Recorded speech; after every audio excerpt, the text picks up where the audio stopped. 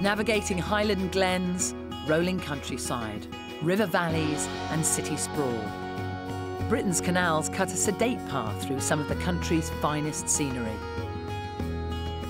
Canals were the transport arteries at the heart of a booming industrial age. A network of locks, tunnels and aqueducts helped carry goods to every corner of the land and beyond, transforming 19th century Britain into an economic superpower.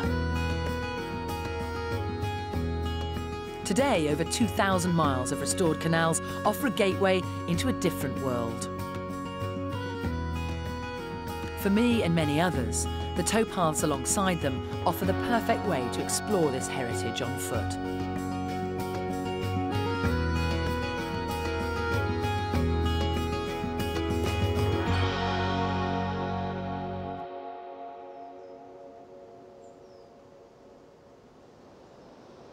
Hello and welcome to the World Heritage City of Bath in Somerset.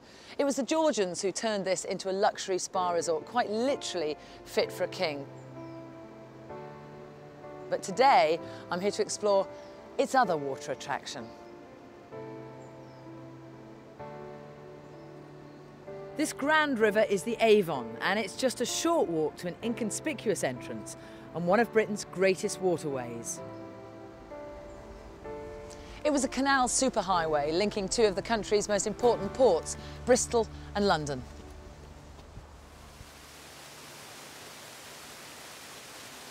My walk today is a tale of two halves. There's the rise, fall and rise again of this Grand Canal.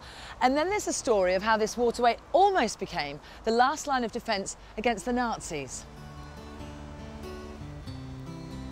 This is an intriguing story of restoration, resistance and Renaissance.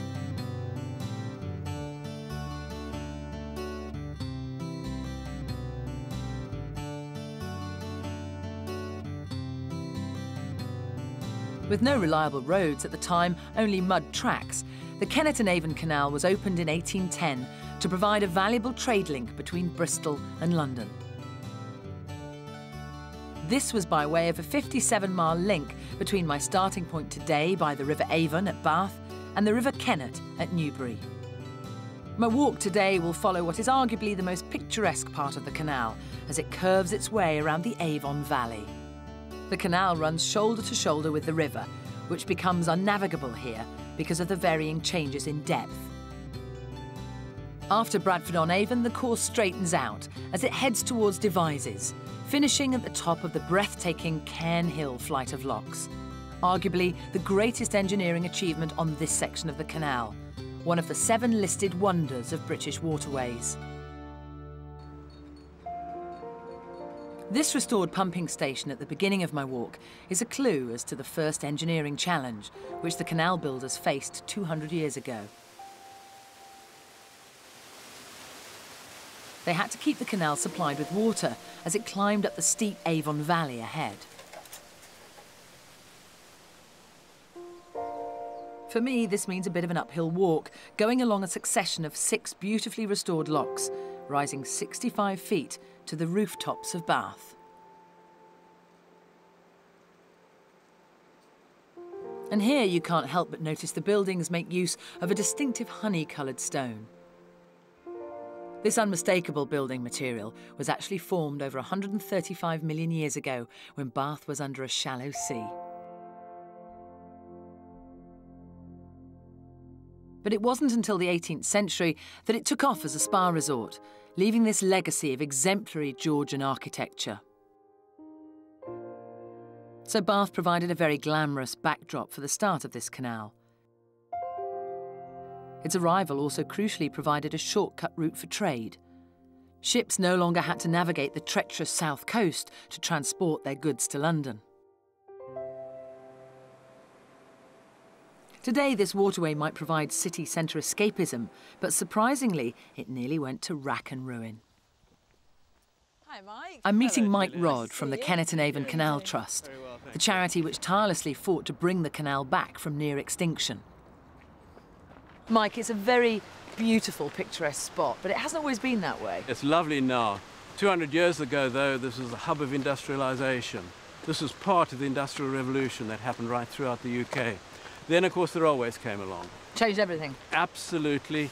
And the railway line slowly started to eat into the traffic on the canal, and the canal fell into disuse. And by 1950, this canal was not operating. So this was a very different picture. Total desolation at that point. At that point, of course, it was a question what happened. And as you know, right throughout the country, round about that time, there was a move to get canals open again. And the Kennet and Avon Canal Trust was formed specifically to do that, 60, 70 years ago. Vision is one thing, money and funding is another thing. How did you get the cash for it all? Well, during the 50s up until the 90s, it was really on the back of volunteers. They did a phenomenal job, got their picks and shovels out. The Trust, together with British Waterways and the local authorities, went after a Heritage Lottery Fund grant, which they got. £25 million Heritage Lottery Fund grant, biggest ever awarded, and probably the biggest that will ever be awarded. And that 25 million got the canal to a point where 8-9 years ago the canal was in a fabulous condition. So this canal's got history, it's got people, it's got communities. It's a real survivor, isn't it? Oh, it's quite amazing. Of course, now it is of a major leisure industry. It supports, well, we know at least 7 million people a year visit the canal in one way or the other. I look forward to all my encounters. Thank you very much. Thank you. Thanks Lovely for to meet coming you, on our Mike. canal. Thank you. Bye. The mission of the Kennet and Avon Trust is to preserve the canal for generations to come. The same could not be said, however, of the original owners. Their interests were wealth and power.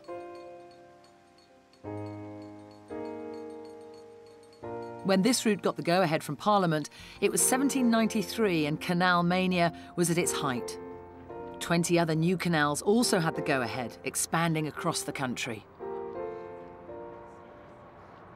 Canals crucially fueled the spread of industrialisation. As manufacturing grew, so did the need for materials. Here the canal company saw there was a wealth of goods which needed transporting. Everything from stone, coal, timber, straw, manure, and even farm produce to feed the growing towns and cities along this route. My next marker is an unmistakable building which straddles the canal.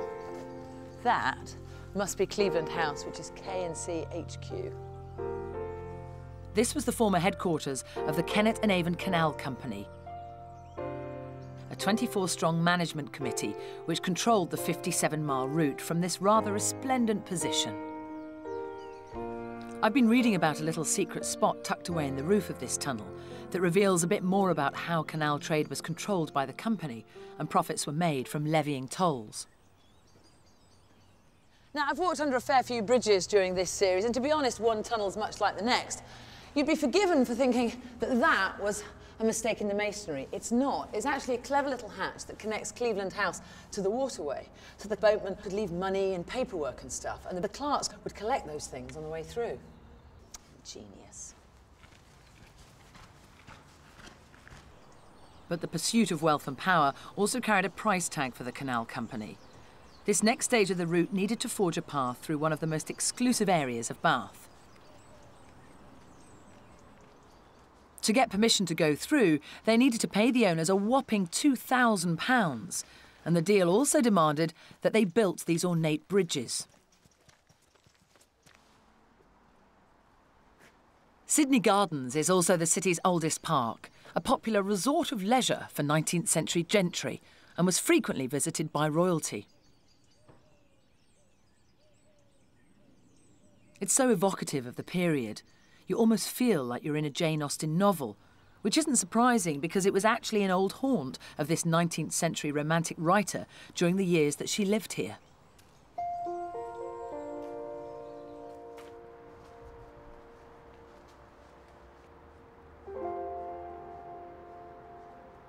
Sydney Gardens ends my city walk, and the contrast between one end of this tunnel and the other couldn't be starker. Cool. What a lovely verdant surprise when you pop out of that long tunnel. It's rather like being spat out into an entirely different world, going from a manicured suburban corridor into lush rolling countryside. Here, river, road, rail and canal lie shoulder to shoulder along the valley corridor, a visible reminder of 4 ages of travel. This extraordinary confluence of travel is a lasting testament to the early canal engineers. They provided a blueprint for generations to come by finding the simplest way to navigate the landscape.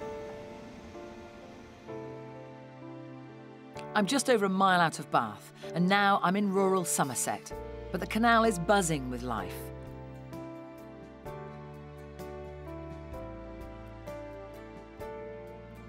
You can't help but take a peek inside the many different moored boats, which seem as much a feature as any of the locks, bridges and tunnels of this canal.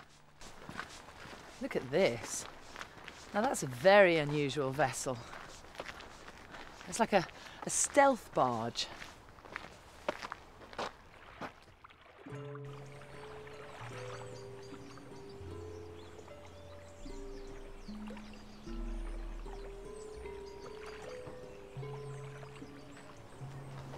You'd expect to find that on the Congo, wouldn't you? Not the Kennet and Avon Canal. It doesn't look like anyone's home today, but clearly this canal attracts creative types. There's a really different feel to this canal. There are quirky works of art dotted along it, and things like this. It says here, look, I love you to sit on me, but please don't leave rubbish by me. Presumably it's made by this man. I like it. I'd like one of these in my garden.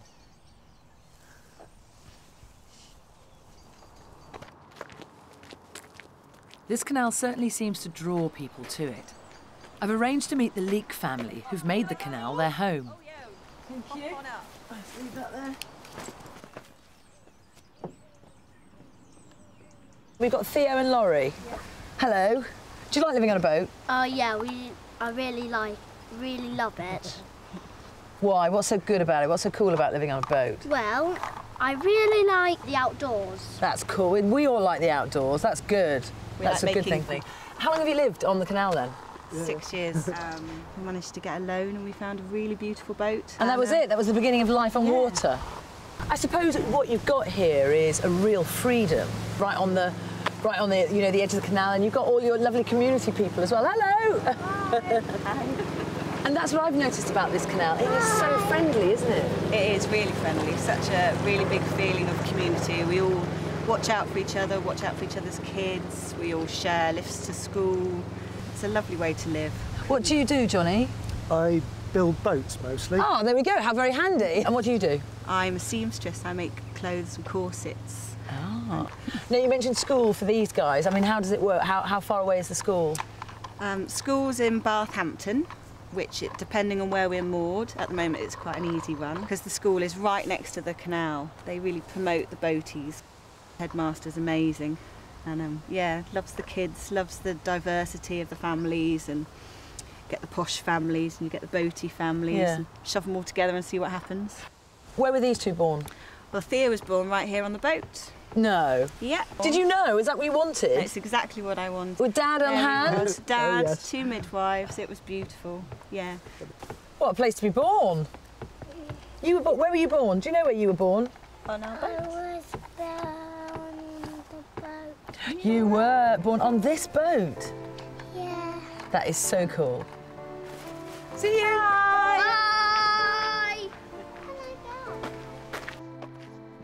I'm almost in Wiltshire now, and for the first time I get a clear view of the broad valley, which the canal engineers had to cut a path through.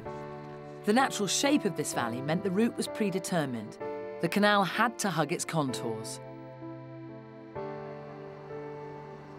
But the real draw were the business opportunities which beckoned. The canal company forged ahead to secure the route because they knew there was a ready-made market keen to trade along it. Dundas Wharf was originally built to serve the nearby Conkwell quarries, enabling the distinctive local stone to be transported by boat. But it was also a trade junction of another kind. Here, the Kennet and Avon Canal is joined by the Somerset Coal Canal.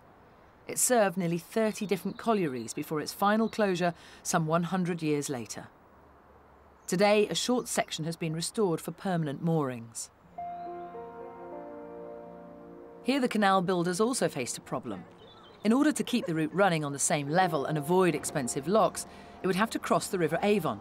A bridge was needed. For this, the canal company brought in John Rennie, an emerging star of civil engineering, and someone who at the turn of the 19th century was making a name for himself in the world of bridge building. Rennie might not have achieved the fame of his engineering contemporaries like James Brindley and Thomas Telford, but the Dundas Aqueduct is considered to be his crowning achievement, as well as a masterpiece of 18th century classical style architecture. It was completed in 1805 and named after Charles Dundas, the first chairman of the Canal Company. Not only is it a listed building, but in 1951 it became the first ever canal structure to be designated a scheduled ancient monument. But the fragile nature of the stone led to erosion. The aqueduct developed leaks and by the 50s was unusable. For a brief period in the 70s, you could even walk along the dry canal bed of the aqueduct. It's since been relined, restored, and then reopened in 1984.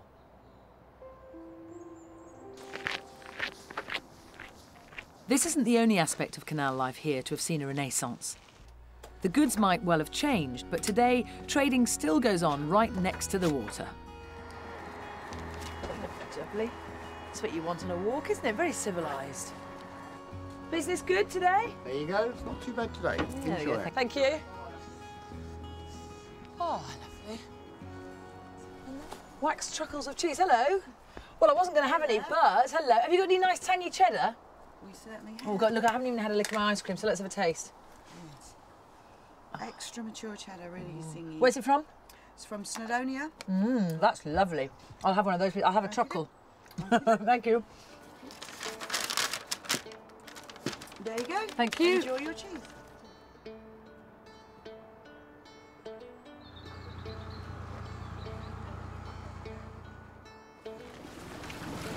He's very young, in charge of a boat.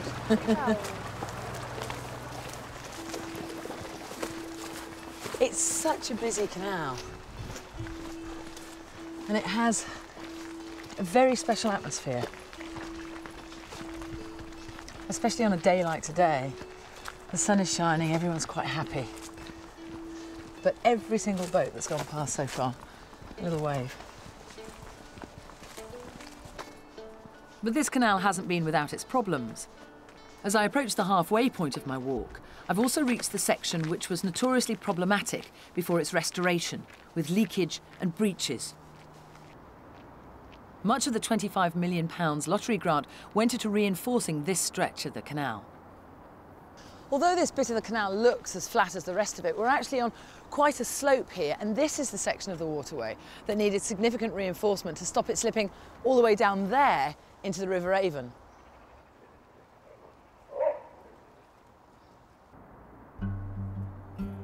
It's now only a short walk to Rennie's next creation, the Avon Aqueduct, where he had to cross the River Avon for a second time.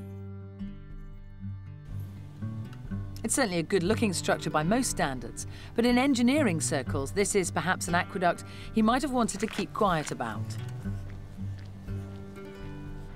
Straight after completion in 1801, its central arch immediately sagged, and it had to be repaired many times. The porous Bath stone was again his undoing, and Rennie is said to have regretted ever using it. You couldn't really start this walk in a more picturesque place, Bath, and then you burst through into rural Wiltshire, and there's so much life along this canal. And not one, but two beauteous aqueducts.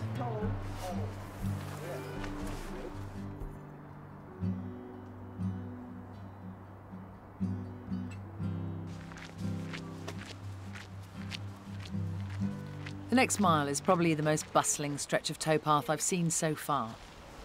10 miles from the start, and the walk leads to Bradford on Avon, a kind of mini Bath, where the older buildings are made from the same Jurassic sandstone. Another little bit of bustle along the walk. In fact, not so little. Bradford on Avon is a seriously busy spot, and it always has been. By the 19th century, business on the canal was flourishing. This wharf was a busy distribution centre where goods were loaded and dispatched by boat for delivery around the world. Enjoy it. You too. See you. The Kennet and Avon Canal was profitable for some 40 years, but the rise of the Great Western Railway network was to seal its fate. Ironically, it was the railway that took over the canal in 1852. By hiking tolls and imposing a restrictive 4 miles per hour speed limit, they squeezed business out until the canal was no longer viable and the trains took over. Although the rail company had a statutory obligation to keep the canal navigable, over the following decades and into the 20th century, it fell into disrepair. And activity on the canal had all but ground to a halt. That was until the summer of 1940, when Allied code breakers intercepted a message from Nazi headquarters that placed the nation in jeopardy. Hitler had given his directive to invade Britain, and this stretch of the canal played a crucial role in responding to the nation's fear of a possible invasion from the south by creating a second line of defence. The canal was a ready-made boundary because advancing troops couldn't easily cross the water, and so it formed a defensive barrier, known as the GHQ line. I've walked sections of the Caen Canal before, and I know that there is something lurking through the brambles. Now come with me.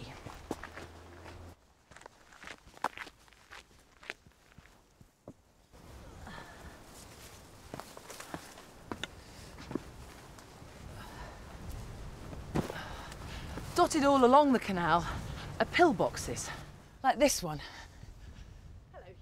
I'm going to meet local historian Hugh Peelans, who can explain how the canal intriguingly found a new purpose as Britain's potential last line of defence.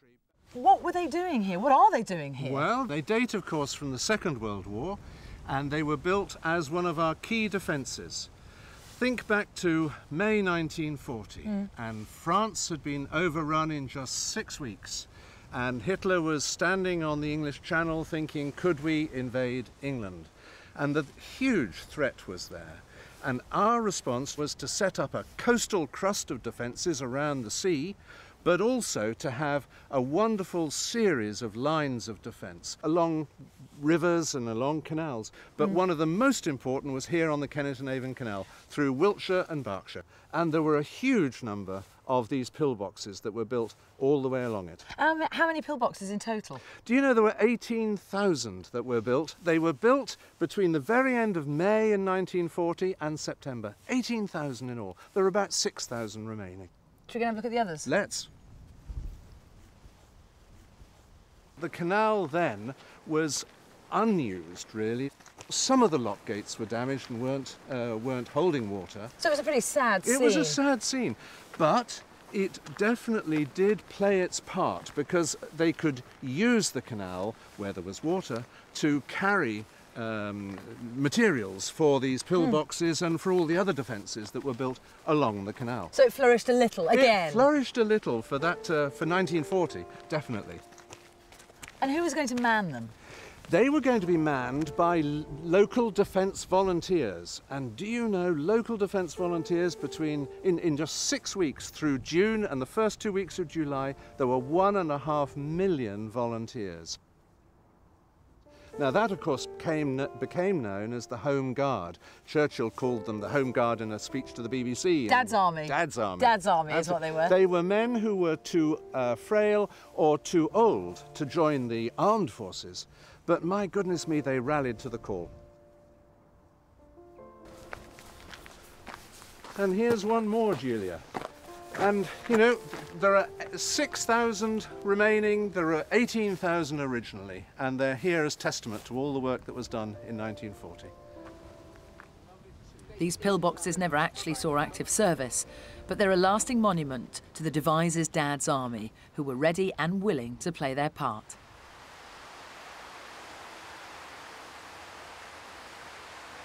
So this brings us full circle. There's been boom and bust, restoration, and now renaissance. What an amazing journey this canal has had.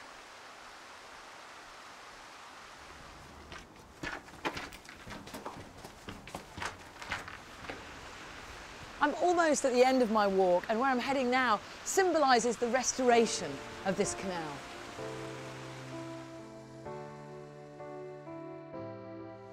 This flight of 16 locks raises the canal 235 feet. It's listed as one of the 7 wonders, not of the world, but of British waterways. This was a list drawn up by Robert Aitman, the founding father of the Inland Waterways Association, over 50 years ago. This extraordinary spectacle is the steepest climb on the whole of the 57-mile route. It takes 4 or 5 hours to negotiate this flight by boat, and these intriguing sidearm reservoirs make sure the locks are kept topped up, because every time they open, they lose a whopping 40,000 gallons. Even these reservoirs have now created a life of their own, with rare animals and plants making a home here.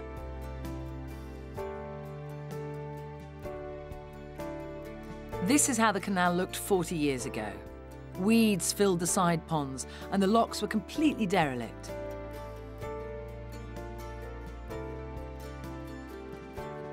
In the following years, the passion with which the public became engaged in its restoration was unprecedented. And after years of campaigning, fundraising and back-breaking volunteer work, the canal was officially reopened by the Queen in 1990.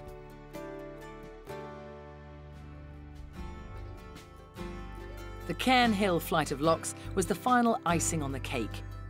It was the last part to be built when the canal first opened in 1810, and the last part to be restored 180 years later.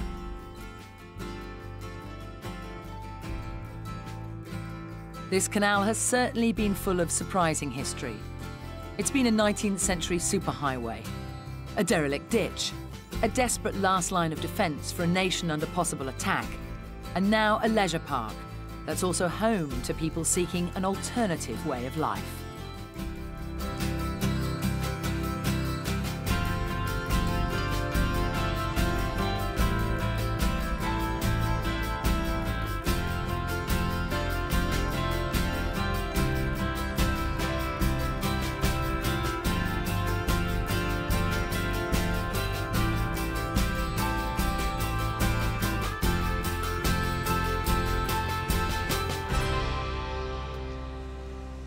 For over 2 centuries, this beautiful waterway has rolled on the waves of varying fortunes and continues to do so.